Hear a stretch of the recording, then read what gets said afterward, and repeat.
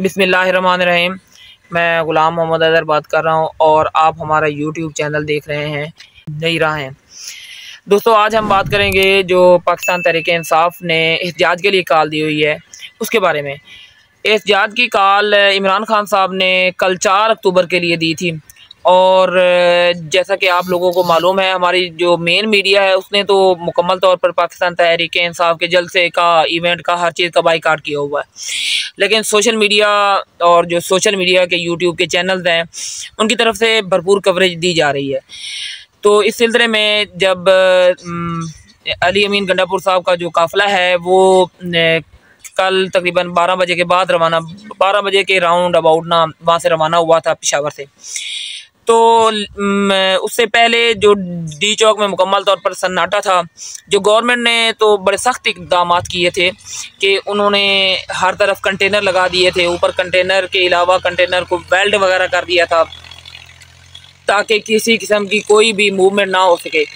लेकिन जैसे ही शाम के 2-3 बजे जब इमरान खान साहब की बहनों को गिरफ़्तार किया गया है, उसके बाद इस्लामाबाद और रावलपिंडी में भी मोमेंटम बन गया और जो कारकुन हैं वो निकले हैं और बड़ी तादाद में निकले हैं और बड़े जज्बे से निकले हैं। जब कारकुन निकले हैं तो आगे से पुलिस ने बड़ी ज़बरदस्त किस्म की शेलिंग की है, लेकिन उस शेलिंग की परवाह ना करते हुए जो रात तक का मैच है वो पाकिस्तान तहरीक-ए-इंसाफ के कारकुनों ने जीत लिया है। हुकूमत पसपा होने पर मजबूर हो गई है, पुलिस पसपा होने पर मजबूर हो गई है।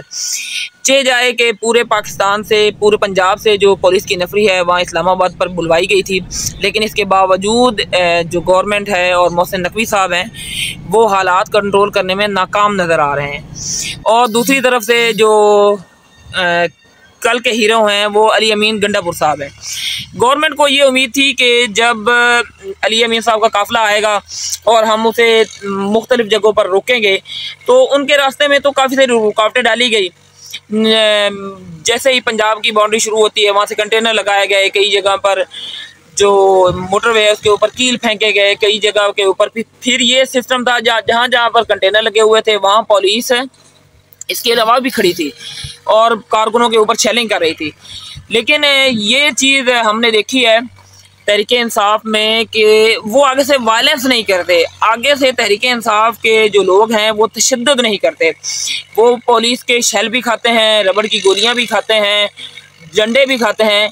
लेकिन शाम को हमने विजुअल देखे हैं कि पुलिस वाले थक हार के बेचारे बैठे हुए थे और तहरीक-ए-इंसाफ के कारकुन उनको पानी भी पिला रहे थे और उनको खाना भी खिला रहे थे। तो ये चीज़ इमरान खान साहब ने अपने कारकुनों में एक डेवलप की है कि वो लोग आगे से पुलिस के साथ लड़ते नहीं हैं। हाँ, ये खान साहब ने कॉल दी हुई है, उन्होंने डी चौक पहुँच कर एहतिजाज करना है, उसके ऊपर उनका फोकस है कि हमने एहतिजाज करना है।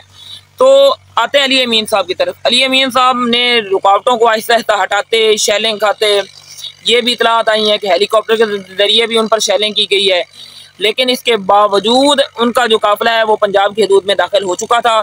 सुबह तक, रात को उन्होंने जो कटी पहाड़ी है मोटरवे के ऊपर, उसके वहाँ पर स्टे किया था और वहाँ पर लोगों ने खाना वगैरह खाया और थोड़ा सा सांस लिया क्योंकि शेलिंग बड़ी ज़बरदस्त किस्म की हो रही थी। तो अब उनका काफ़िला जो है वो डी चौक की तरफ रवां दवां है। रास्ते में गवर्नमेंट की तरफ से बड़ी खबरें भी चलाई गई कि गवर्नर राज लगा देंगे, फलां कर देंगे। ये कई लोग ट्विटर पे धमकियाँ भी दे रहे थे अली अमीन साहब को, तो कि वो जब आएंगे तो एज ए वज़ीर आला आएंगे, जब वापस जाएंगे तो वो वज़ीर आला नहीं होंगे। लेकिन इसके बावजूद उन्होंने इस चीज़ की कोई परवाह नहीं की और अपने लीडर की कॉल पर लब्बैक कहते हुए वो इस्लामाबाद की तरफ रवां दवां है। और जो इस्लामाबाद की आवाम है और रावलपिंडी की आवाम है उन्होंने भी उनका भरपूर साथ दिया है। अब अली अमीन साहब ने पहुंचना है सिर्फ इस्लामाबाद तक। जब वो इस्लामाबाद का टूल प्लाजा क्रॉस करेंगे उससे आगे उनके लिए कोई रुकावट नहीं, वो डी चौक पहुंच जाएंगे और बड़ा लंबा और बड़ा ज़बरदस्त किस्म का काफ़िला लेकर आ रहे हैं और लोग भी उनके साथ काफ़ी चार्ज हैं।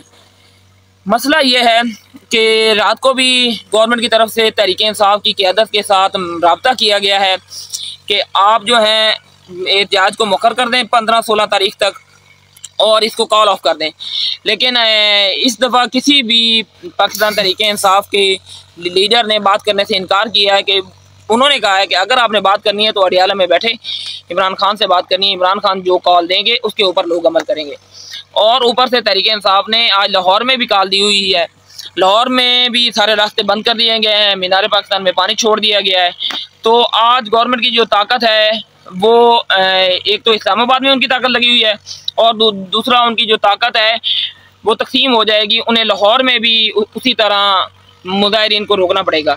तो ये जो मैडम चीफ मिनिस्टर की और शहबाज शरीफ की जो हिकमत अमली थी कि तहरीक इंसाफ के कारकुनों को ज़ोर से डंडे से रोकना है, वो तो नाकाम हो गई है। अब जो हमारे जो कादी साहब हैं उनका भी तकरीबन महसूस होता है कि जाना तय हो गया है। आज जो अंसार अब्बासी साहब हैं उन्होंने भी खबर दी है कि हुकूमत के पास 7 MNA और 5 सेनेटर थे जिन्होंने आईनी तरमीम में वोट देना था, और अब उनके बारे में भी खबरें आ रही हैं कि उन्होंने भी हुकूमत को इनकार कर दिया कि हम आपको वोट नहीं देंगे। और ऊपर से जो मौलाना साहब हैं उन्होंने भी धड़ल्ले से इनकार कर दिया है। तो महसूस तो हो रहा है कि हमारे जो कादी साहब हैं वो जा रहे हैं, वो इतनी शर्मिंदगी उठाने के बावजूद वो जा रहे हैं और वो रिटायर होने जा रहे हैं। तो इस वक्त जो हालात हैं पाकिस्तान में, जो लोग ये कॉल के ऊपर एहतजाज पर नहीं जा सके वो भी सोशल मीडिया के साथ जुड़े हुए हैं। और क्योंकि इंटरनेट की स्पीड भी स्लो है, इंटरनेट नहीं चल रहा, लेकिन इसके बावजूद हर तरह हर जगह पर लोगों में यही बात डिस्कस हो रही है कि इमरान खान की कॉल पर एक एहतजाज किया जा रहा है और पाकिस्तान में इस वक्त सारे लोगों का फोकस एहतजाज की तरफ है। बाकी अल्लाह ताला हर किसी के रिज़्क़ में बरकत फरमाए। अल्लाह ताला आपका हामी नासिर हो। बहुत शुक्रिया।